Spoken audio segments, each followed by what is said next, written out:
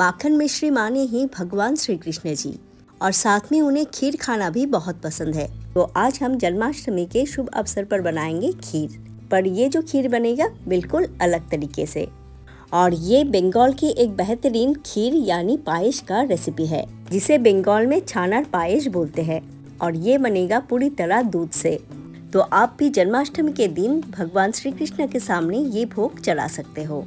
पहले हम दूध को उबाल लेते हैं, इसीलिए हमने लिया है एक बड़ी सी कढ़ाई और उसमें हम डालेंगे आधा लीटर दूध। और दूध को पहले हम एक उबाल आने तक गर्म कर लेंगे।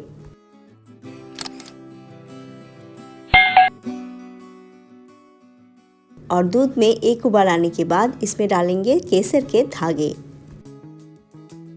और दूध को हमें ऐसे ही लगातार चलाना होगा लो टू मीडियम फ्लेम में, ताकि दूध धीरे धीरे ड्राई होते जाएगा और दूध सूखने के बाद ये कम होते जाएगा।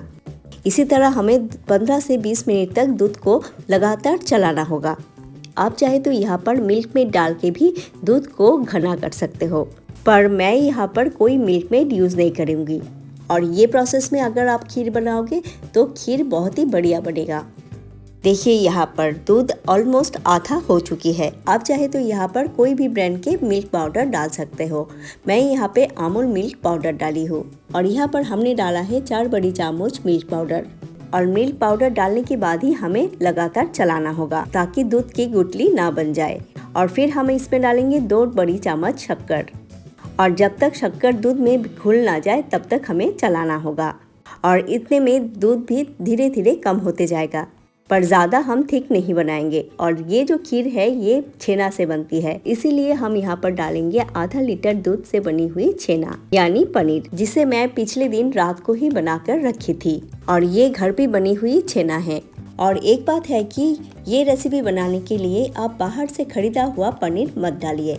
और ये जो छेना हम दूध में डालेंगे, ये डालने के टाइम छेना को तोड़ेंगे नहीं।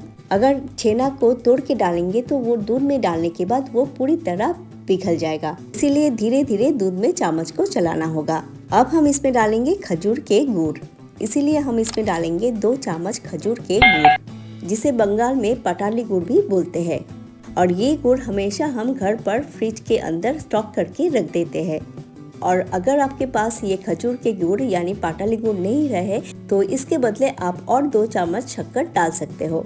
और ये जो पाटाली गुड़ यानी खजूर के गुड़ है, ये खीर में डालने से खीर का चेहरा अपने आप बदल जाता है, यानी टेस्ट, खुशबू और टेक्सचर के हिसाब से। इतने में लगभग खीर बन चुकी है। इसीलिए हम ले रहे हैं थोड़ी सी ड्राई फ्रूट्स और इसे हम 2 हिस्से में डालेंगे। तो गैस का फ्लेम ऑफ करने से पहले हम थोड़े से ड्राई फ्रूट्स के टुकड़े इसमें डाल देंगे और बाकी हम बाद में डालेंगे। और इसमें डालेंगे आधा चम्मच इलायची पाउडर। और इसे मिक्स करने के बाद हम डालेंगे 1 चम्मच घी।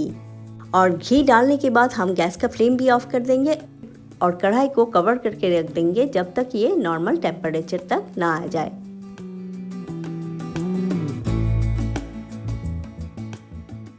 और 15-20 मिनट के बाद जब ये पूरी तरह ठंडा हो जाएगा तब हम इसे दूसरे बोल में निकाल के रख देंगे।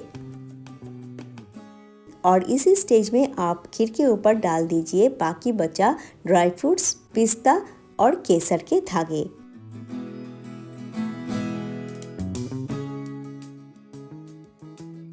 और इसे कवर करके रख देंगे फ्रिज के अंदर। और मैं ये भगवान जी के जो फ्रिज है उसके अंदर ही रख दूंगी, क्यों ठंडा होने से ये खीर और ज़्यादा जम भी जाएगा और खाने में भी बहुत ही बढ़िया होगा। इसीलिए 1-2 घंटे के बाद फ्रिज से इसे निकाल लीजिए। आप चाहे तो ये नॉर्मल टेम्परेचर में भी रख सकते हो। तो हमारे जन्माष्टमी के शुभ अवसर पर बनाई गई खीर रेसिपी तैयार है। तो आप भी ये रेसिपी ज़रूर ट्राई कीजिए और जन्माष्टमी के अवसर पर बनाइए। तो कैसे लगी आज के वीडियो? अगर पसंद आए तो लाइक, शेयर और सब्सक्राइब ज़रूर कीजिएगा। तो चलते चलते मेरे प्यारे छोटे बड़े सभी दोस्तों के लिए जन्माष्टमी के शुभकामनाएं। तो मिलते हैं नेक्स्ट वीडियो में नया और एक रेसिपी के साथ।